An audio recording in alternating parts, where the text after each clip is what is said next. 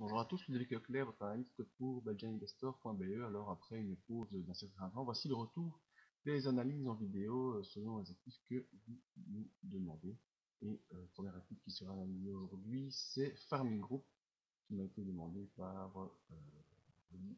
Donc voilà, Rudy, Farming Group, eh bien, depuis un an en unité hebdomadaire, on voit que le cours a connu une accélération au niveau du mois de janvier 2014, accélération qui a mené le cours jusqu'à un maximum situé à 0,666 avec une belle hausse qui est même montée jusqu'à 0,726, mais on voit que la résistance des 0,666 a été la zone qui a bloqué l'évolution du cours. Alors depuis ce gros pic du mois de janvier 2014, eh bien l'année a complètement été lissée, c'est-à-dire qu'on a évolué de manière latérale, hein. On a un peu perdu par rapport au pic du mois de février 2014, mais on arrive maintenant à se stabiliser sur un support majeur situé à 0,359. Alors il reste encore beaucoup de chemin à faire à Farming Group pour pouvoir réaccélérer, hein, puisque c'est ça la question qui m'a été posée. Eh bien, on voit que pour l'instant, le support ici des 0,359 est un support efficace qui peut maintenir le cours. Il y a un resserrement des bandes de Bollinger, donc une diminution très forte de la volatilité. On ne pourrait pas,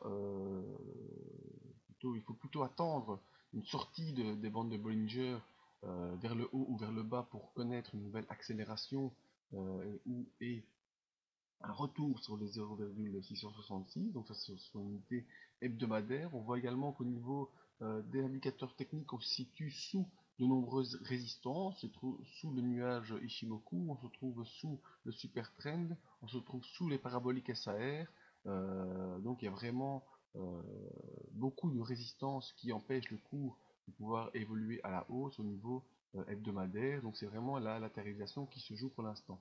Au niveau des indicateurs, on voit que le RSI est dans une zone neutre entre 40 et 60, proche des 50, donc c'est vraiment la neutralité au niveau de la pression. Par comparaison, on voit ici au mois de janvier, enfin début de l'année 2014, janvier-février, on a eu cette grosse pression haussière qui a permis au cours d'évoluer de manière positive. Au niveau des volumes, on a eu une grosse accélération des volumes aussi début de l'année 2014, et puis latéralisation des volumes, donc il n'y a pas eu de grosse pression vendeuse non plus sur le cours. Ceux qui sont mis en place début 2014 semblent encore s'y trouver. Par contre, au niveau du MACD, on voit que l'inversion, la consolidation s'est faite pour revenir dans plutôt une tendance baissière à partir du mois de septembre. Et pour l'instant, on voit qu'on est face à un croisement haussier du MACD. Donc également le plancher qui a été bien construit sur le support que je vous ai désigné. Et il semblerait que la tendance essaye de s'inverser sur le MACD. Alors tant qu'on est en croisement haussier en dessous de 0, c'est plutôt un rebond technique qui est en train de se faire. Et une fois que le MACD pourra passer au-dessus des 0, mais ce sera normalement un retour à la tendance haussière. Ce qu'il en est pour l'évolution au niveau hebdomadaire. Maintenant, de manière plus précise, au niveau journalier, on va faire un zoom sur ce qui s'est passé les 3 derniers mois. On voit que au mois de décembre, fin décembre, on a eu une accélération haussière qui a permis l'inversion du super trend et le passage au-dessus des lignes Nishimoku. Pour l'instant, on n'est pas passé au-dessus du nuage, c'est toujours la zone difficile à franchir. On voit qu'on a une nouvelle ouverture des bandes de Bollinger qui permettent un peu plus de volatilité. Et on est entré dans le nuage. On a fait plusieurs sessions dans le nuage sans jamais pouvoir passer au-dessus. Donc l'important maintenant est de voir le passage au-dessus de ce nuage, dans la zone qui se situe, vous voyez le haut du nuage ici, situé vers 0,412. Et la bande de Bollinger elle se situe vers 0,416. Donc c'est vraiment cette zone qu'il faut surveiller. Et seule une accélération au-dessus de cette zone pourra permettre l'évolution du cours vers les points les plus hauts.